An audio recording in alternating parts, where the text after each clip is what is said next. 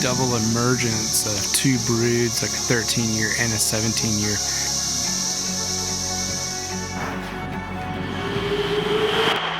Look out on the river and I saw again one of the biggest fish I'd ever seen in my life come up and eat. Big bugs, and trout would be eating those big bugs. We had bugs literally everywhere, all over this river. Bam, bam, bam. Fish on some cicadas. I mean, like, it's the season, you know? It's the time. Man, I'm so excited for these cicadas. I know this is going to be some of the best fishing I might see in my entire lifetime. I'm Matthew, owner of Mount Yonder Fly Fishing.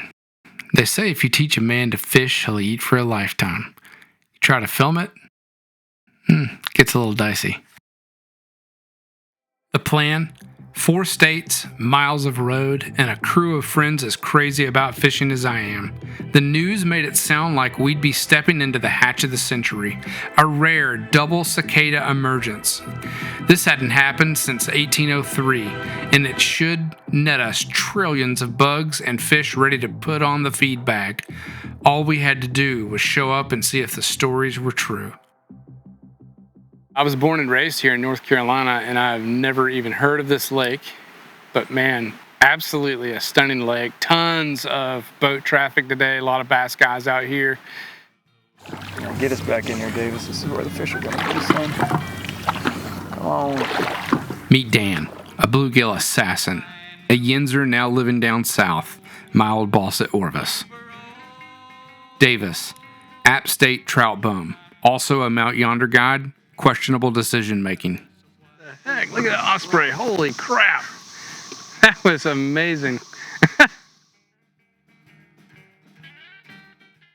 Bam, baby. Oh, that actually might have a bass. Nope.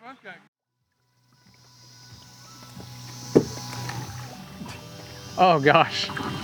Did you just bank that off the boat? He banked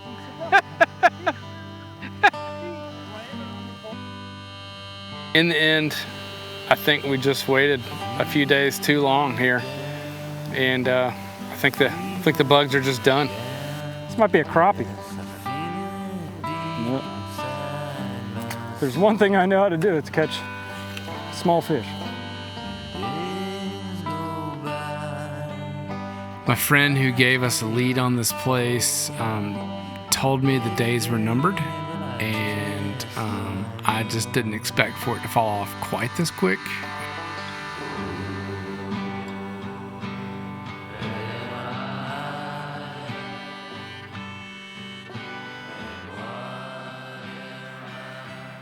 Closed. At 10 a.m.? 10 a.m. Gotta be 11. Bite me wieners, I will get you one day. Hey, Matt, if you were a hot dog and you were the last hot dog on earth, would you eat yourself? I know I would. I know I would. I met Sean back in '93. He introduced me to fly fishing on moving water. I haven't seen him since 2001 at my wedding. Sean claims this is his wife. She peed in the median just a few minutes ago between 2 highways. They've fished around the world. I've seen the pictures. I'm a physician associate by trade, and I was the first female to rail slide a car in reverse back in the day before my frontal lobe was developed fully. Now we are out here exploring some water way downstream. So we're just trying to find them. I again had more good intel that there were some down this way, but we're not really hearing the bugs.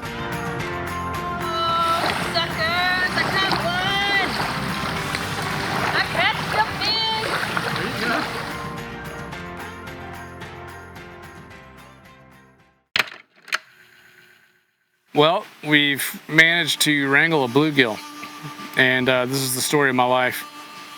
This is just one of those days. We have put in the work, we've put in the time, could not find the fish.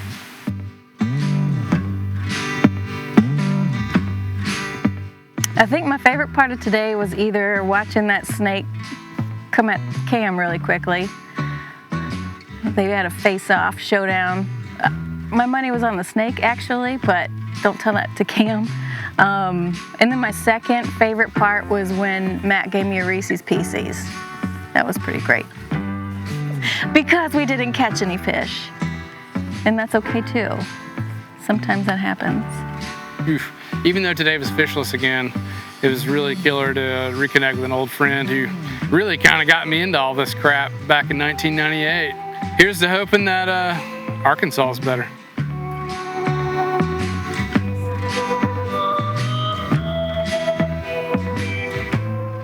Bent frames, lost boats, tornadoes, you name it, we've had it. The struggle bus continues on to Arkansas, but at least I've got some really fishy homies down here, and it's some of the best brown trout fishing in the world. Dan and I played music together, then we didn't. He has a band called Possum. He plays pedal steel, and he's got fishing stories like no other. Will is Dan's oldest son. Pray for him. He's on the verge of a fly fishing addiction. Kirk tricked Dan's sister into marrying him. He hates possums, enjoys life jackets, and will headbutt you if you cross him. I met Swordfish below Hickory Tree Bridge in the South Holston. He and Dan and Nick go way back. Nobody really knows why he's called Swordfish. Nick and I met at Montreat College in 1998. He had Deuteronomy 25:11-12 posted on his dorm room door. This is a sign of a good man.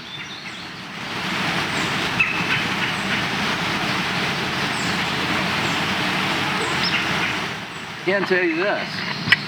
They did good on coffee, didn't they? Dragging that boat up, sir. Even though it's not that far out. We had 3 to 7 The universe holds many fish for you today, and you will find true love. All right, finish your story. Memphis. So this is kind of what started my love. So I didn't really know a lot about fly fishing. We're camping upriver. We fished at night. I tied a woolly booger, which was probably a horrific looking fly, and she came up and ate it, man, and fought it for a long time. Was able to land. I was with my dad. I've been trying to get this property for a long time, and so literally we were able to get it, and we built this cabin here, and now I can walk out in my backyard in the same hole. And man, so my son's out there now catching some big browns at night in the exact same spot I was in '97 when I was a college kid camping. That's what started it all. I don't wear waders, just drop down. I am very excited about what's going to happen down here and super encouraged. The guides are all catching fish on cicadas. It's been a real blast. There's probably some root beer midgets and stuff hanging out beneath some of these cicadas, but it feels like most of these dudes are like sealing the deal on the bugs that we came to fish.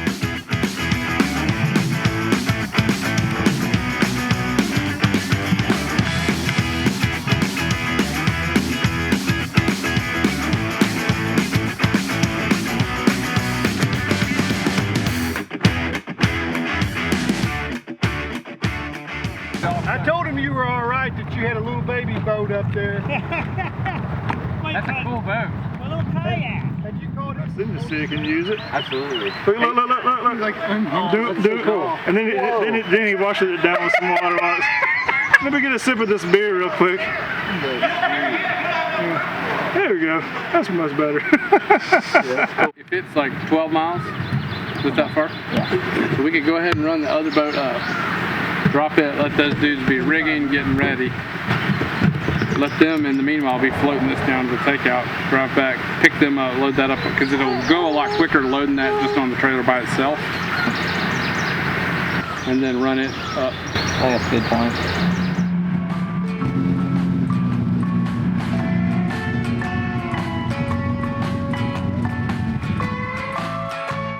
It has been a real treat to get to spend my summer this way, scouting water and hanging out with homies and just getting to go all these new places. Absolutely been a blast so far.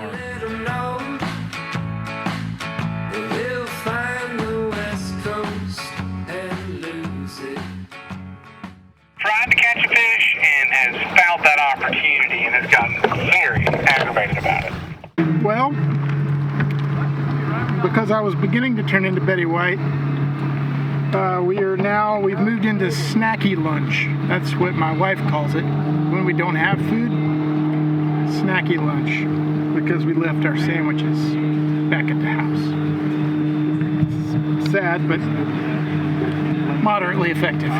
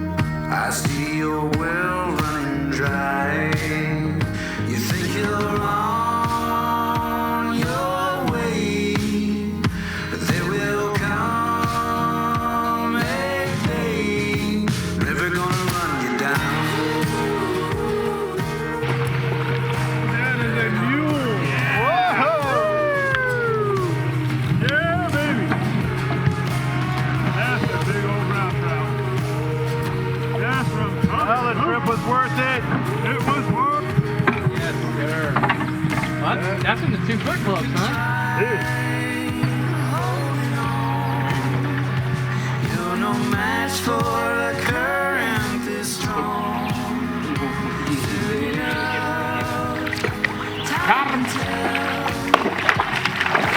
We're in them, boys. Dude, look at him. Is he bouncing? He's just acting bananas. Look at those scars. Cool. Freaking rad.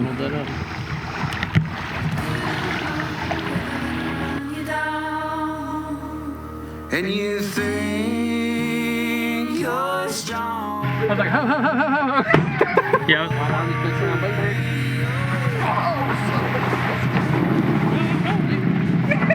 We had a scrap and I've done that first.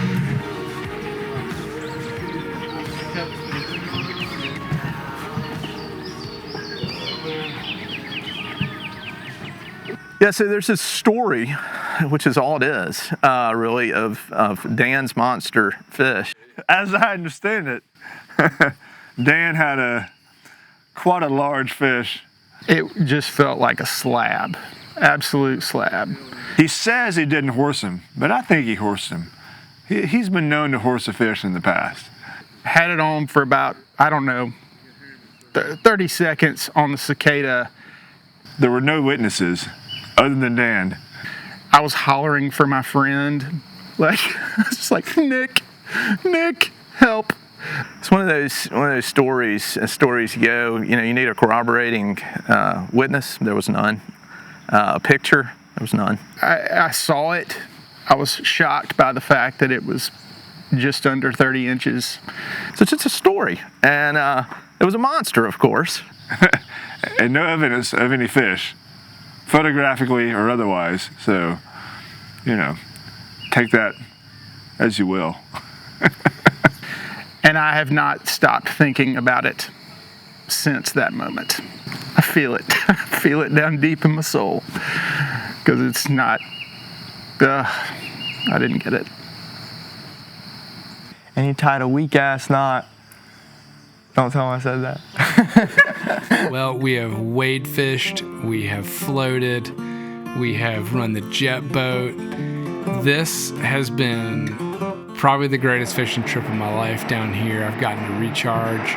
I've gotten wind in my sails. I'm exhausted. I've got a lot of driving ahead of me, but hanging out with all the guys down here in Arkansas has just been phenomenal.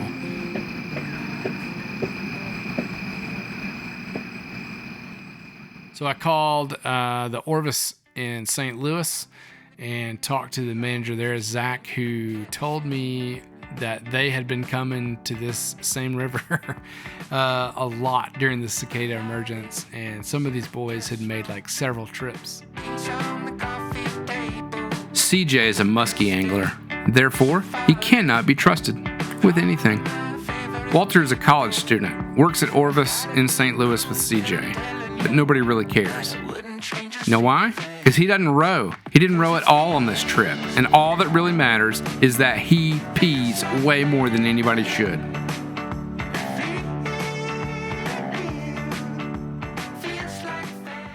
Yeah, I kind of quieted it back down, but good luck for the rest of the day. See ya. And this is lunch. It makes me reflect back to North Carolina and South Carolina and see that it is not all about the fish. There is a bond here amongst anglers, like fishing buddies, that goes pretty deep. And like whether we catch fish or we don't, we still always have a great time. I'm gonna let him go. Fish flop. Fly fishing lesson of the day. These are called nippers. These are an awesome tool. You can use them to cut leaders and tip it.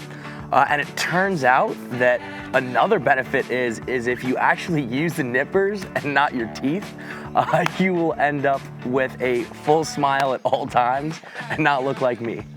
But you've got a beautiful set of pearls. You know what? I think it adds character. This was a lot of fun. Caught some nice fish. Definitely missed a couple that were very large fish that I'm still sick about. Missouri, you did not disappoint. This was really special. Everybody knows you don't leave fish to find fish, and that's kind of what happened here in Missouri.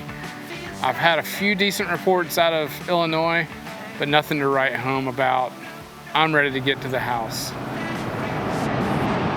But hey, the news had everyone thinking we'd be knee-deep in cicadas with fish just hurling themselves into the boat. But between the setbacks, we found our windows. North Carolina and South Carolina gave us mud and missed opportunities. But Arkansas and Missouri, that's where it all clicked. Illinois, let's just say it wasn't worth unpacking for. Fish got caught, laughs got louder, and in the end, the story found us. So if a shot like this ever lands in your lap, take it. Storms, pretzel boats, disappointments, and all. Because even if the fish don't throw themselves at you, the real catch lies in the deposits made into the memory bank. See you in Pennsylvania in 25.